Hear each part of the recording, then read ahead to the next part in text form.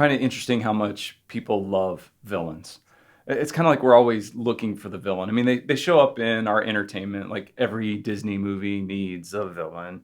But then also sometimes we look at villains and celebrate them as a people, like our love for the Wild West and outlaws. Those were villains. Or our love of gangsters. They were criminals and dangerous people. They were villains. But we oftentimes kind of look at the villain in a story and elevate that villain because the villain really does play a central role in every good story.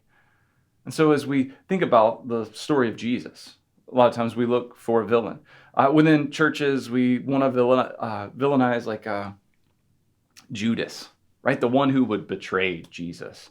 He's the villain in the story. Or maybe not Judas, maybe he was just misunderstood. Maybe it was the Pharisees. The Pharisees were the villain in the story. Maybe we just want to go, straight Satan. Satan's the villain in the story.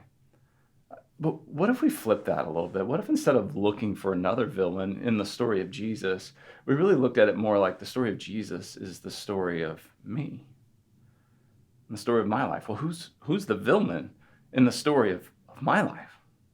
Who am I going to blame for the harm that I've done and the sin in my life and the damage that I've wreaked and hurt that I've caused in others? Am I gonna blame my parents?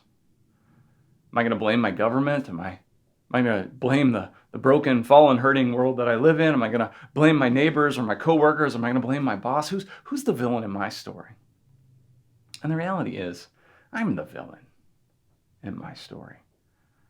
It's my choices and my decisions that have led me to a place where I was separated from God because He's perfect, and my imperfection separated me from His perfection.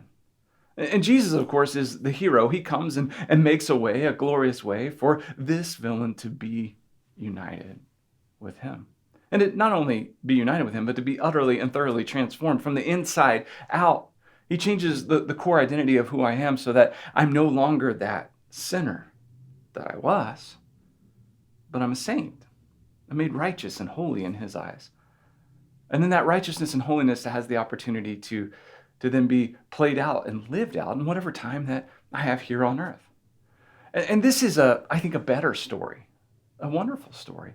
But in the context of that story, when I realize, okay, this is what I was, this is who I am, I don't need another villain. And so the good news about that is I can stop looking for villains in my life. I can stop looking for people to blame. I don't have to, make my neighbors a villain or my boss a villain or my family villains or my coworkers villains. Instead, I'm free to love them. I'm free to look at them through a different lens, through the lens of the Lordship of Jesus, that I know what I was, and so I don't have to make anybody else out to be the villain in my story. We've got that taken care of. Instead, I'm free to, I don't know, maybe look at life through their eyes.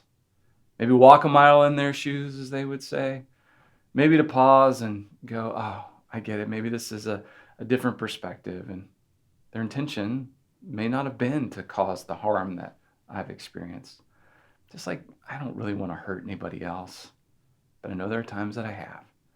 And there's a special freedom in that. And I just want to offer that maybe as a gift for us to think about and unpack and live out for the rest of our lives. The villain in the story's already been taken care of, and Jesus has handled it. We don't need to make anybody else out to be a villain. Let's go.